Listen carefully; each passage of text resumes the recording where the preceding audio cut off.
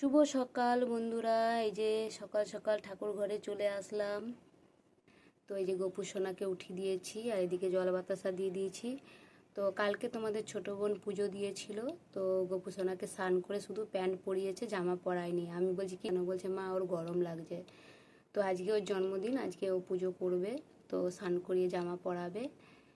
আর কেন ঠাকুর ঘরে এসেছি, এই যে এই কারণের জন্য ঠাকুর ঘরে এসেছি।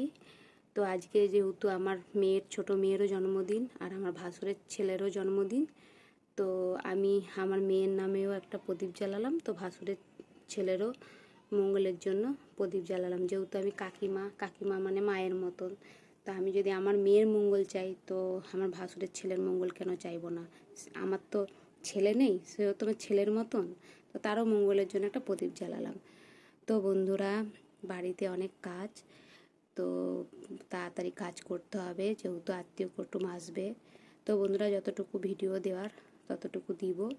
তো ঠাকুরের কাছে আমার এইটুকুই প্রার্থনা, ওদের দুজনের মঙ্গল করুক আর আশীর্বাদ করুক, যে ওরা যেন সুস্থ থাকে, ভালো থাকে, আর একই সাথে সব ভাই বোনরা যেন মিলে জুলে থাকে। তো এইটুকুই প্রার্থনা। আর মানে সকাল থেকে অনেক কাজ, সকাল দুপুরে রান্না করতে হবে, আবার প্লাস রাত্রের রান্না। তো বন্ধুরা, যতটুকু ভিডিওটা করতে পারলাম দিলাম, আর যতটুকু পারবো ততটুকু ভিডিও দেবো। তো বন্ধুরা, আপনারাও আশীর্বাদ করুন ওদের দুই ভাই বোনকে, ওরা যেন ভালো থাকে, সুস্থ থাকে। তো বন্ধুরা, এখনকার মতন টাটা, পরে আবার নেক্সট ভিডিওতে আবার আসবো। সকালে সুস্থ থেকো, ভালো থেকো, টাটা বন্ধুরা।